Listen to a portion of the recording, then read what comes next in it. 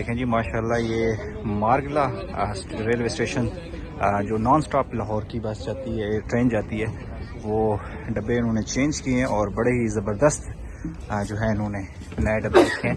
ये आप देख रहे हैं ये वॉशरूम है और मैं आपको वॉशरूम थोड़ा चेक करूँ पहले, लेकिन इसमें शायद कोई है। और ये देखें बिल्कुल न्यू डब्बे हैं और ये आप कंडीशन देखें।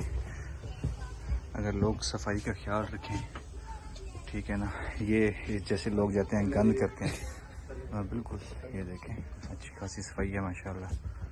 और ये इसमें हर चीज़ न्यू लगी हुई है, पंखे वगैरह, स्विच वगैरह और सीट्स, शीशे बिल्कुल जो है सब कुछ ये आप देख रहे हैं।